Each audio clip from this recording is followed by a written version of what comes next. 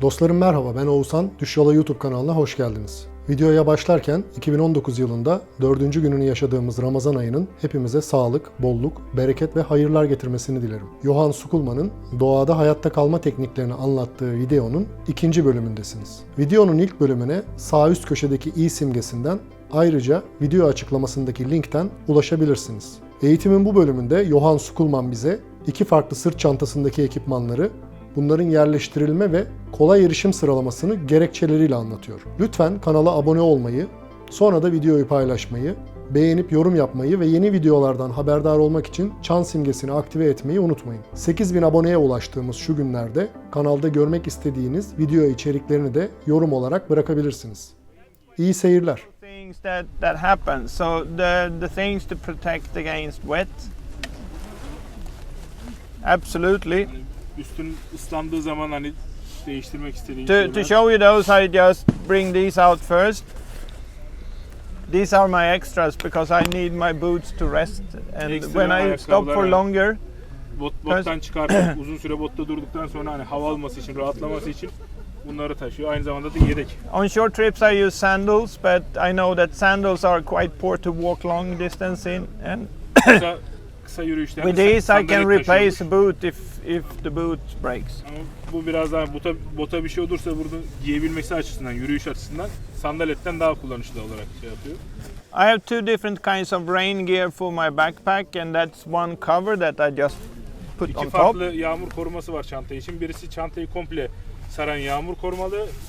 Diğeri de bu çantanın içindekilerin hepsini içine koyup And then I also carry a bag that actually can contain everything that's on the inside of the bag, so I can put it aside and use the backpack for getting firewood. So İçine bunun her şeyi doldurup çantadan çıkardığım zaman hem bunlar ıslanmıyor hem de çantayı başka şeyler için kullanabiliyorum diyor. And then of course Tabii ki I have my rain jacket. Yağmurluk ve aynı zamanda rüzgar koruyucu. And don't be afraid for colors because it's easier to detect korkmayın. the colors. Renklerin görünürlüğü daha iyidir. A pair of trousers. Pantolonlar. And as protection for my leather gloves, I very often use these. Deri Just eldivenlerin as a üstüne pullover. giymek için. Deri Or if eldivenlerin I'm- yağmurdan ve rüzgardan etkilendiği için, yağmur ve rüzgardan etkilenmemesi için. If I'm just walking, I only have these and hold on to the poles. Sadece yürüyorsam bunları giyip kollardan tutup yürüyebiliyorum diyor.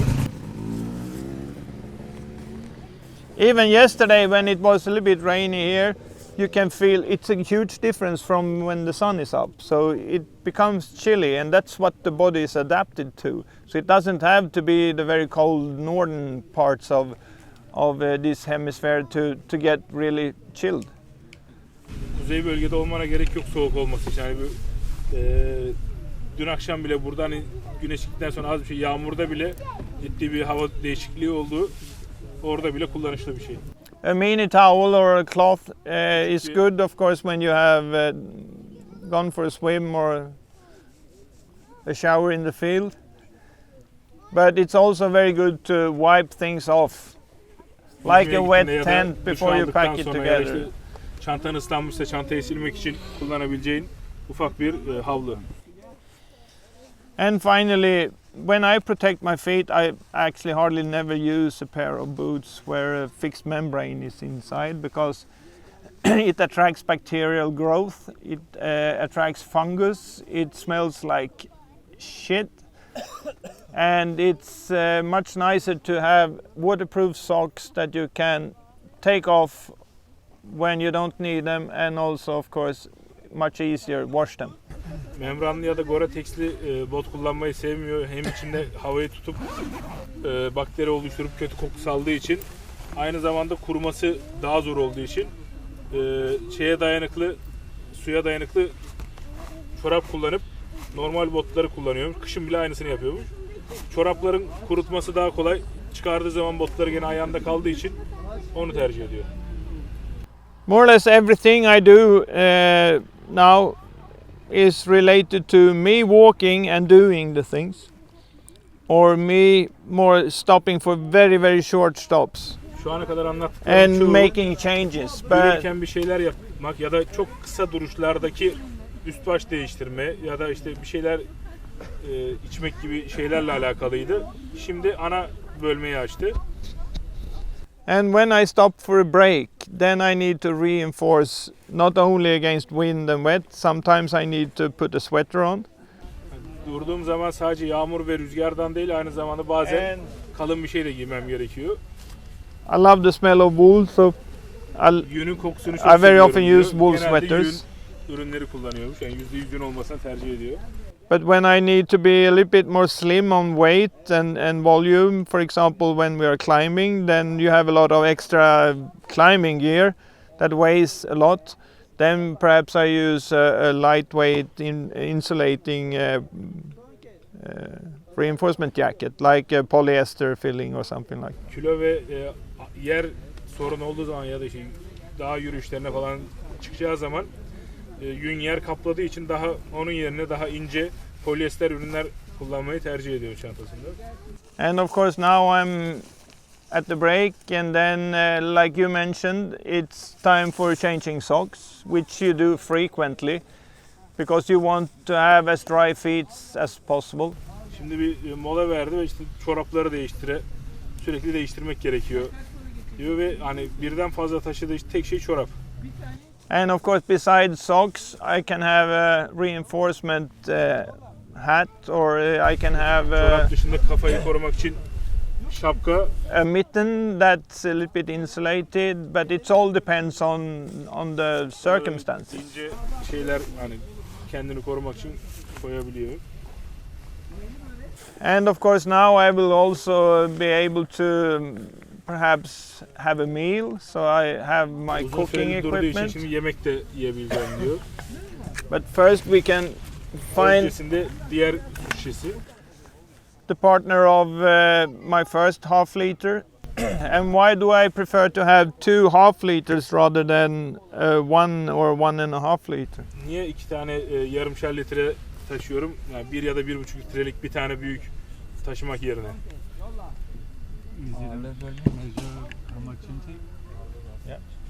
It's actually much easier to have a memory of how many have I been drinking.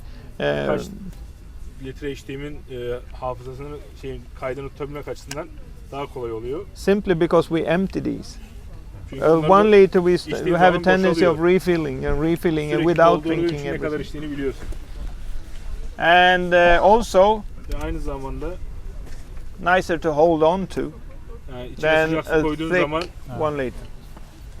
yani kolay tutum sağlıyor. Büyük olduğu zaman tek elle tutulmuyor.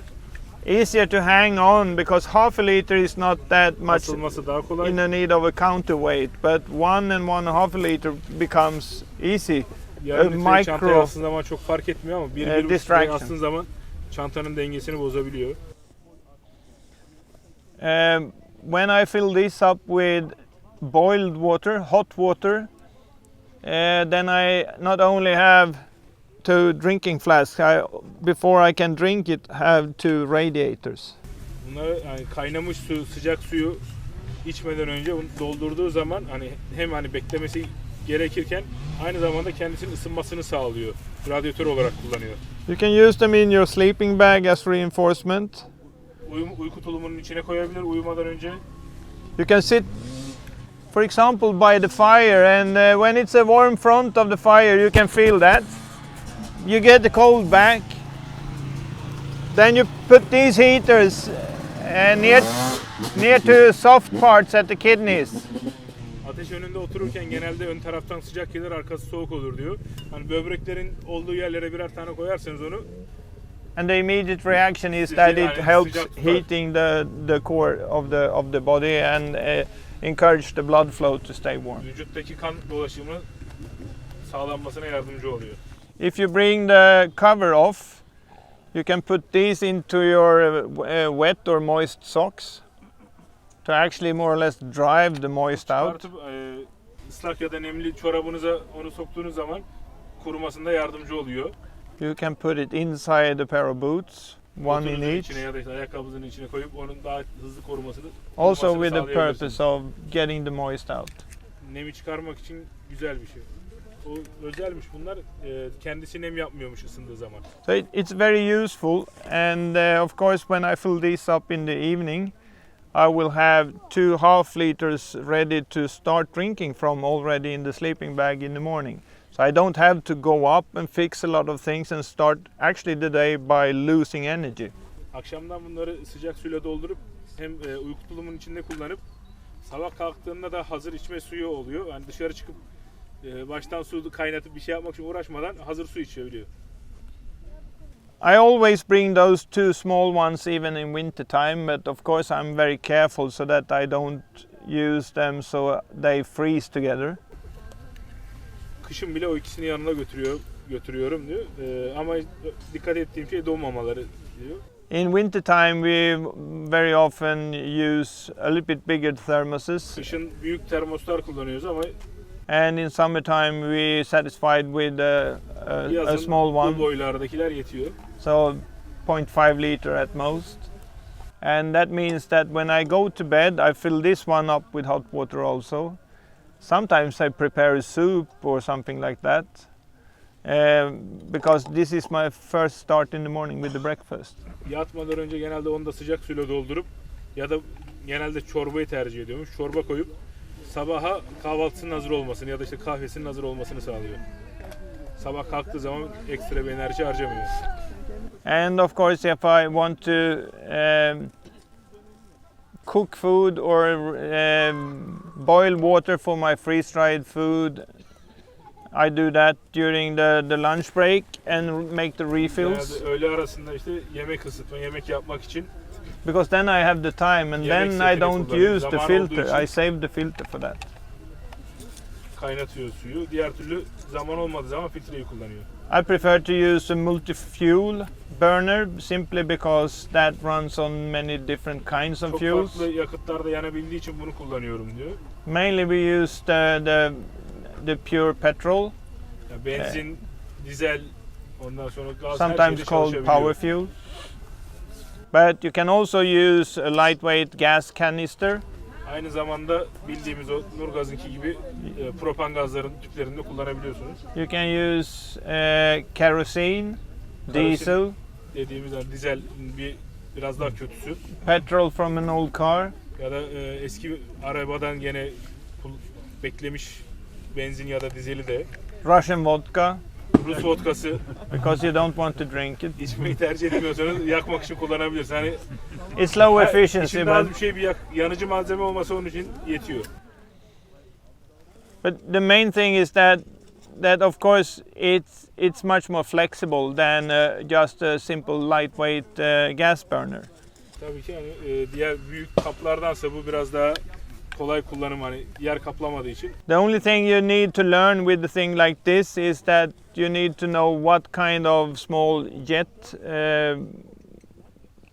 part you need for different kinds of fuels, because Kullanmak they are için sadece different in size. en önemli şey hani farklı yakıtlarda hangi ucu kullanmanız gerektiğini bilmeniz. Yakıtın yoğunluğuna göre kullandığınız değişiyor. This is the pressure, the bottle for What's the brand of? Primus. Primus.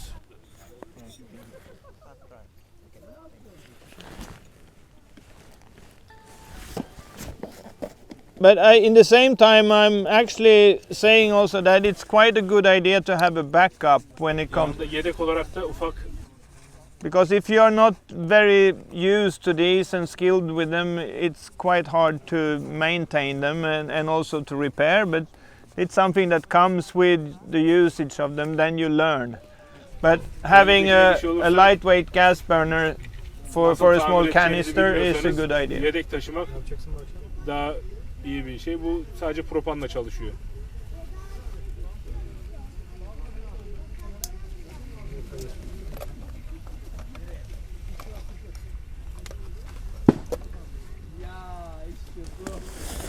And here's the food for Ve yemek at least overnight stay.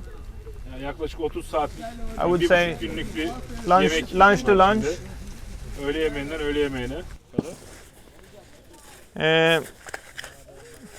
Freeze-dried food is just to get away from unnecessary weight and packing volume. And you can imagine if you are going to stay out for quite some time, then it's absolutely necessary. Kuru dondurulmuş ve Normally we say that this kind of food should be in nutrition equal to bringing raw food. And there is only actually one in the world who makes that kind of freeze-dried food, and that is the Norwegian company Realtumo. Norveç markası yani Kamp. İçinde hiçbir şekilde yabancı madde yok diyor hani tanıtırken. İkram edebiliyor musun? Orange for a main meal, lunch or dinner. This is white for breakfast. Bu müzli bildiğimiz bu kahvaltı için. And yellow for Bunda very nutritious somonlu soups. makarna ve et çorbası. Bunu normal bu tadanaki gibi suya koyup şey yapıyorsun ama bunun şey diyor hani vakumlu olduğu için daha az yer kaplıyor. Kuru dondurulmuş ve içinde hiçbir şekilde yabancı madde yok diyor. Everything we eat on the go is high nutrition but very easy. So tuna, for example, tuna fish. Yoldayken yediğimiz şeylerin yüksek enerjili olması gerekiyor. İşte ton balığı. Never beef jerky. We eat only the pure meat. Beef jerky dediği salam gibi hani farklı şeylerin karışımıyla Simply because the yapılan. quality of Bu beef biraz daha, jerky can sometimes sıcağa be yakın, very poor. %100 etle yapılan bir şey. Beef jerky tercih etmiyorum. Normal gerçek %100 danayı tercih ediyorum diyor. Cranberries is a very nutritious berry, Meyve barları. which most berries are not, because they are more or less just water. But this one is high content of minerals and vitamins. Çok mineralli bir vitaminli olduğu için. So enerjisi in a yüksek. good cake, that is also quite good energy to bring in. Bitter çikolata. And this used to be a piece of chocolate, but now it's more like Erimeden önce bir you have to çikolataydı drink ama it. şimdi It has içebilirsiniz melted, diyor. but it's fine. You can eat it anyway. But everything has to do with, of course, real content. Real taste comes with real nutrition. So no artificial ingredients whatsoever in this. Dışarıdan bir katkı malzemesi olmadan kendi tadıyla yemeği her zaman daha iyi. O çikolatada bile real dark chocolate yazıyor yani. Yapay bir şey yok diyor içinde. And of course, as I said, every now and then you shouldn't satisfied with only drinking water, so that you also get some blood Ve sugar. bahsettiğim gibi sadece suyla değil de aynı zamanda glikoz hani kan şekerini düzenleyecek bir şeyler de içmeniz gerekiyor. We are getting closer to the end. Sonuca yaklaşıyoruz. Here is my pyjamas and also my emergency kit. Pijamaları ve acil durum kıyafetleri. Aynı şeyler aslında ikisi. Long sleeve sweater, Uzun kollu bir üst. long johns, Uzun alt. and all of it in wool. Hepsi yünden.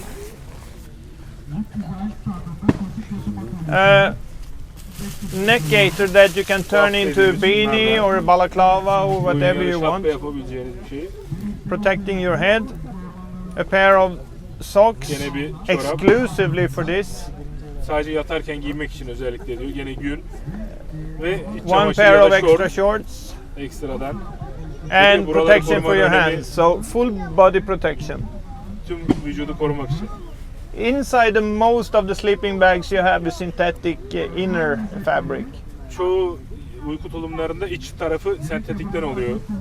If it's a little bit chilly and cold, then that material, that fabric will cool you down and give you a chilly effect. Dışarısı biraz soğuk olduğu zaman ya da işte You avoid that with having no skin contact with. soğuk oluyor o üst iç katmanı sentetik olduğu zaman siz soğuk havası veriyor. O yüzden hani her yerinizi kapalı tutmanız gerekiyor. Değmemeniz gerekiyor. Isı kaybetmemek için.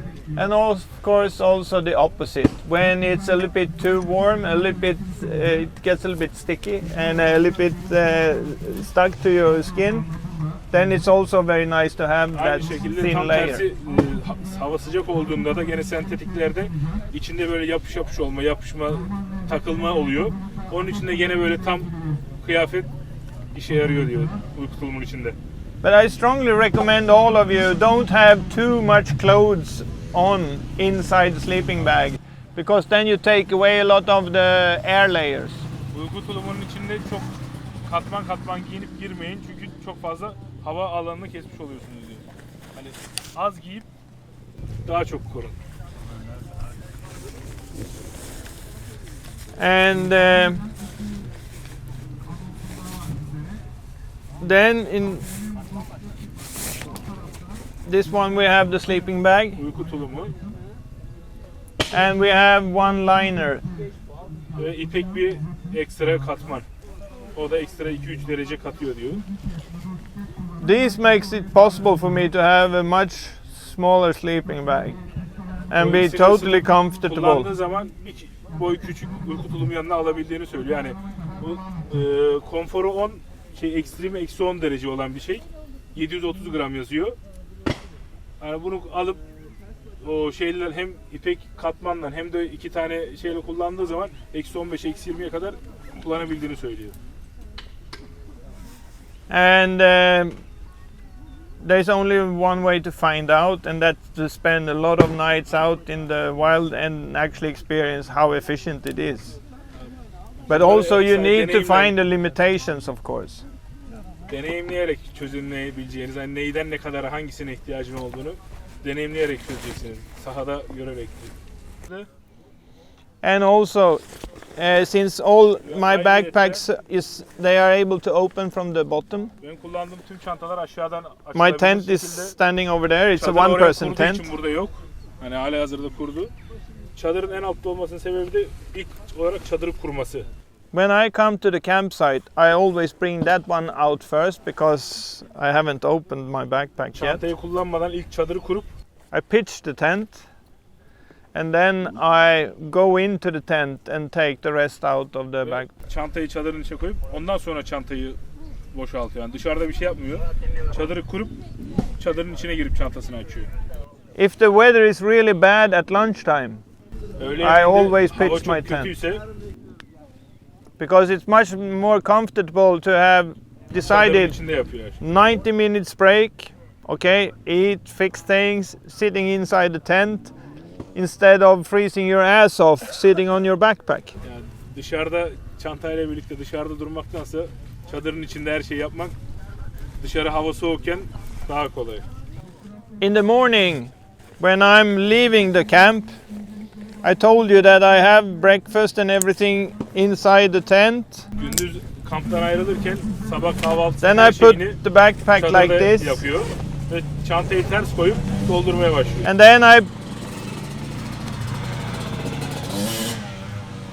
and then I put the mattress back, and then I start reverse packing Matresi koyup geri dönük her şeyi tek tek yeri in the same koyuyor. order as I had before. Çıkardığı So the aynı sweater şeyde. first, and then choop. Ve en sonunda çadırı toplayıp And then I take my backpack, go out of the tent, and then I bring the tent down. en sonunda çadırı Final koyduktan sonra action. çantayı geri kapatıyor.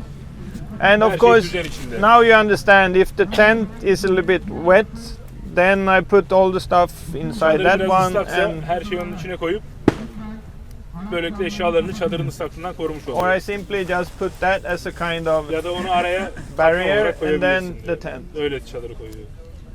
Zip together, and then Kapattın ve git yani. next stage. Next one. İkinci çantamız.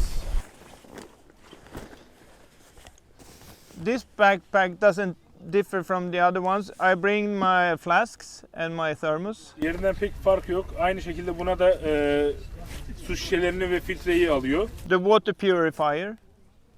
And of course I also bring the first aid Ve kit. ilk It's yardım always the same. şeylerini. Onlar her zaman yanında olan şeyler ama bu çantanın sadece içeriği değişiyor. It's always stupid to practice survival like it was for real, because then you don't have any backup. Her zaman hani hayatta kalmayı eşyalarla denemek biraz aptalca diyor çünkü her zaman çantan olmayabilir. Just as I said earlier, I can give Önceden de you dediğim gibi This is the multi-tool bag with all the small things to repair, Her türlü küçük eşyamı bunda to tutuyorum. avoid insects, the hygiene of brushing your teeth, a soap. You don't need a lot of Sabunlu, işte ufak bir fener, ufak bir şey, ne var orada? Güneş kremi, sunscreen, sunblockers, some diş for fırçası, flaster var. Yani ufak tefek allergic gerekli şeyleri. reactions and stuff like that. A headlamp, Kafa lambası. and that can go into any of them. Bu her bir çantaya değişebiliyor. Of course, this one has also its own rain O da cover. gene yağmur koruma.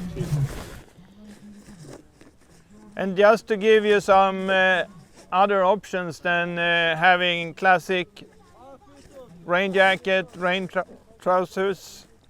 Ya bu dışarıdaki kolay ulaşımlar dışında içinde şimdi normal bu yağmurluktan dışında farklı ne olabilir?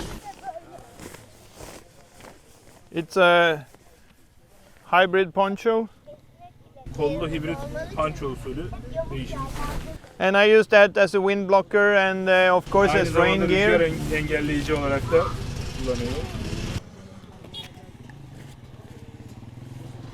I got my working gloves, Çalışma eldivenleri, a warming hat, maske ya da şapka olarak kullanılabilir. just to give you an example of something else than a wool five finger glove. Eldivendense hani You can use yazın these. eldivenle parmakların açık kalmasını, This is the buradaki area. damarları korumak. You try to keep away from cooling down because it's the sensitive part where all the blood vessels comes. Damarlar burada daha geniş olduğu için buradan çıkabilecek havayı korumak için kendini hani yazında onu kullanabilirsin yani. En çok dışarıya enerjiyi buradan çıkartıyor diyor kolda. You can have old Buradaki yemek pots. setini yerine biraz daha eski usul bakırdan They do the same work, but Aynı işi a little görüyorlar. bit different in feeling and style. başka hissiyat ve stil şey Can we veriyor. see all? Of course. How old is he, sir? This one is not that old actually, but my oldest one I inherited from my grandpa, and that one is from the early 1900s. So. Bu da bardak yani. The lid is a cup. Yeah. Burası biraz daha minimalist bir çanta. And instead of plastic cups, you can have a wooden cup. Plastik And, yerine kutsa tarzı ağaçtan. Kendi yaptığınız şeyler. and now it's a little bit about how you actually increase your interest and how you start learning how to do things a little bit more bushcraft style. So you learn how to work with birch bark, and then you put the birch bark inside so you can use it when you make fire. Kendi ilginle alakalı daha çok ilgi geliştirmeye, biraz daha bushcraft'a yönelik dönmeye başladığın zaman birch bark dediği o ağaç şeyinden Things yapıp like this is quite bunu easy to kullanarak learn. içine de o birch barkları koyup ateş başlatmak için And yani kendi yaptığı şeyleri kullanmak. then you can make a device kendi for yapmış. your tarp so that you can put it up in the tree. And this is getting closer to bushcraft. Because bushcraft and bushcraft'a woodcraft yakın. is actually creating like they did it before. It's not survival, but it increases your ability to actually prevent things from happening. And when they happen, you're much more able to improvise. Ağaçlarla uğraşmak, işte ağaç oymak, işte woodcraft dedi orada. Bushcraft'la yaklaşık aynı şeyler. Eskiden yapılan şeyler ama şu anda da hani kendini geliştirmek açısından, yaptığını görmek açısından uygulanabilecek bir yöntem. If you want to practice with something that's not normal, is just have a mini pot Biraz daha pratik yapmak istiyorsam and see değişik what it şeylerle actually takes to daha çok take küçük the şeylerle 1.5 deneme deciliter yaparak at the time. But very quick to boil, çok very hızlı handy kaynağı, to put in your pack, çantada az yer but of kaplıyor. course a little bit more Tabii takes some time. biraz daha zaman alıyor. Yani ufak bir şey olduğu için 5 kere de dolduruyorsun kabı diyor. And when you start with things like this, then you also start to think, what can I find in nature? What can I improvise for a pot if I don't have any? Böyle şeylerle çalışmaya başlayınca hani Is it doğada possible? arıyorsun diyor. Is it possible Ne to boil yapabilirim? water into this one? Bunda su kaynatmak mümkün mü? Diye soruyor şu an. Actually, as soon as you put liquid inside and take the lid off, so you don't create any pressure from the boiling water, this one will only deform a little bit because the liquid inside will deformasyon olacak ama resist. So once kapak it kapalı starts to değilse- boil, you take it off. Tam It's, kaynamaya başladığı zaman çektiğin zaman sadece biraz deformasyon olacak ama su kaynamış olacak. it's not that nice any longer, but it was possible to boil water in. And Güzel you bir can do it şekli yok several ama times. artık su kaynadı yani. Birkaç kere de yapabilirsin. Only important thing, you can do that in a Coke bottle. That's much Kola thinner. kabında da aynı şey uygulanabilir. But you should always remember that you should avoid, unless it's an absolute emergency situation, to use other than BPA-free plastics because they will release toxic waste if you are using the wrong ones. Acil bir durum, bir hayatta kalma söz konusu değilse BPA free damgalaması olmayan şeyleri kullanmayın. Çünkü onlar eğer şey yaptıkça güneşten ve diğer sıcaktan toksik malzeme salıyor. Zaten bizde de artık hep her yerde yazıyor.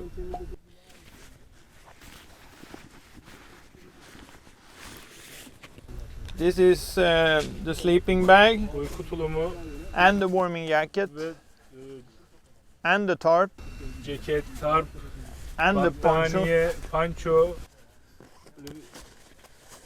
And of course, now you see things that are a little bit similar, but now I'm in a kind of what I call a training pack. When I go out and try things, and I know that I will manage. I'm in the forest, no big things can happen. Yani görüyorsunuz yaklaşık aynı şeyler ama farklı metotlarda. Bunu daha çok kendime pratik yapmak amaçlı kullandığım bir çanta. Yani hayatta kalabileceğimi bilerek dışarı çıktığım zaman hani yeni şeyler denemek için. This one is useful as a tarp. You can also put it together with another one. Olarak kullanıyor. If your Aynısından friend has başkasında varsa one, it becomes two. büyük bir tarp daha yapılabiliyor, birleşebiliyor. By Yanlarda attaching them. çıtlardan var. Aynı zamanda yağmurluk. This is a blanket when İçindeki de you are using battaniye. it in your shelter, but now it's just a warming jacket. Şimdi sadece sıcak tutması için bir ceket amaçlı. I put it like Onu this, şöyle koyup üzerinden de bir kemerle bayağı sağlam bir mont and then I oluyor. use my belt around with the tools, and then I'm better protected. Bu ürün daha satışa çıkmamış, deneme amaçlıymış. Önceki şeylerde söyledi. And when I put this on, my youngest daughter told me, Bunu üzerine giydiği zaman küçük kızı when I asked her, how do I nasıl look? gözüküyorum diye sormuş küçük kızına. And she said, 100% better. %100 daha iyi demiş kızı da. So I just told her that, okay, you will have a punishment. You will come with me out to the forest for a week. Onu da And then she just said, okay. ona da ceza olarak onunla birlikte hani ormana götüreceğini söylemiş. Kızı da tamam demiş. And What else? I use this kind of equipment very often simply because it's good to stay close to things that make you actually have a kind of thought, okay, this works, it works not, and it gets you closer to old styles. But of course, if you go trekking for many days and so on, you should try to look a little bit more like the first one, I would Bu tarz say. ekipmanları kullanmayı seviyorum. Hani daha yeni eski usul değil. Kullanarak yeni şeyleri görüp hani biraz daha pratik yaparak çalışmayı ama tabii daha uzun böyle süreli bir yere gidiyorsanız bu tarz bir ekipman taşımanız daha mantıklı. And if you want to live in something else than a tent Çadır gibi or bir a yerde- shelter that you build Bardak yourselves, gibi bir yerde yaşamak you, istemiyorsan you can use the snake. yılanı kullanabilirsin. O da bir hamak. It's scary. It's a hammock. And once you get it out and stretch it up, Dışarı çıkarttığın zaman you take just this off and onu then dışarı it will çıkardığın zaman hang out. açılıyor. And it will not bite you. Ve sizi ısırmayacaktır diyor. Finally, in this backpack, Diğer çantanın I matı choose to have a kind of regular mattress, just to show normal you that mat. I would always recommend people to buy a piece of this first Her because zaman bu tarz normal they are mat sensitive, almalarını and öneriyorum. once they break, you would Bir şey olduğu zaman, actually delindiği zaman bir şey olduğu zaman kullanamıyorsunuz ama bunu sadece ateşten korumanız yeterli oluyor. you would wish to have a regular one like this. In winter time, we always use Kışın this her zaman bunu kullanıyoruz. towards the snow, and maybe a small one of those on top, just for the laying down Her comfort. zaman ilk önce bunu, ondan sonra küçük bir tane onun üzerine, ondan kışın onlar hava sinebildiği için düz olanı her zaman tercih ediliyor. Using the thick air mattresses in colder environments is dangerous because if they break, you don't have any insulation whatsoever. Bu şişebilen kalın olan metleri kullandığın zaman soğuk yerlerde bir kere bir zarar gördü mü işin bitiyor diyor. Bir de artık o aradaki şeyi sağlayacak, boşluğu sağlayacak bir malzeme kalmıyor. O yüzden her zaman için normal bildiğimiz meti kullanmasını tercih ediyor. And now there is only one thing remaining, and that Son bir is şey kaldı. any questions? Soru var mı? I have one actually. We don't have the luxury of the freeze-dried food. So what kind of things would you do as a replacement? In general. Bizde bu tarz soğuk kurutulmuş yemekler yok. Ne Evet. tercih edersiniz onun yerine? Yeah, I would say that there is always the possibility of drying some food at home and dry Kendi fruit kurutma and stuff like yemekler that. olabilir diyor. Also very high grade nutrition. Ya da daha And- yüksek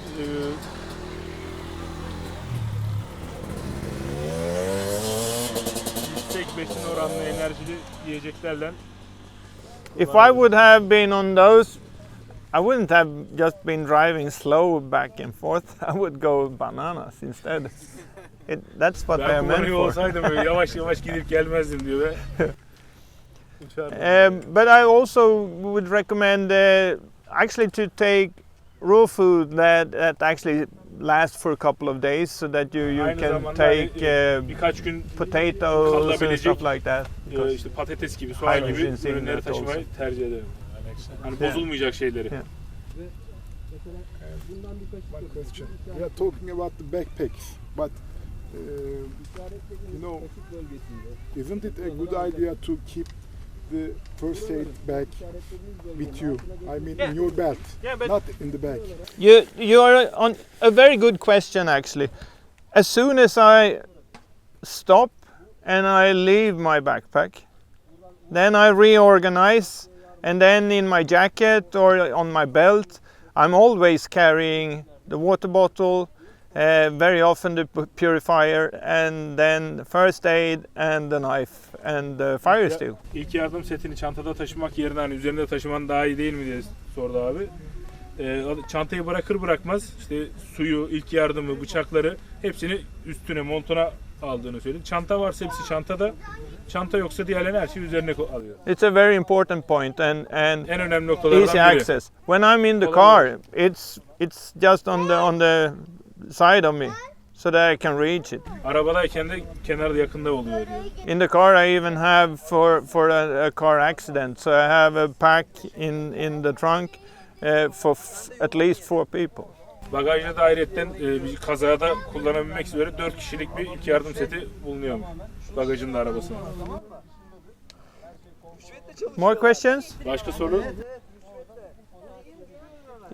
If you have any questions, don't hesitate. Just pop them Başka whenever you sorunuz want varsa to. sorabilirsiniz.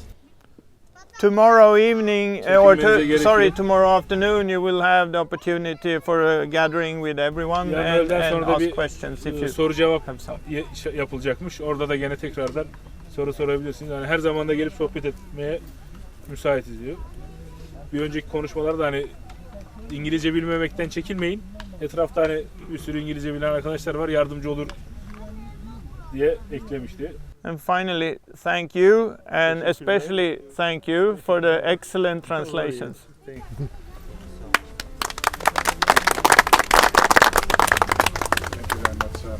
You're welcome. You take care.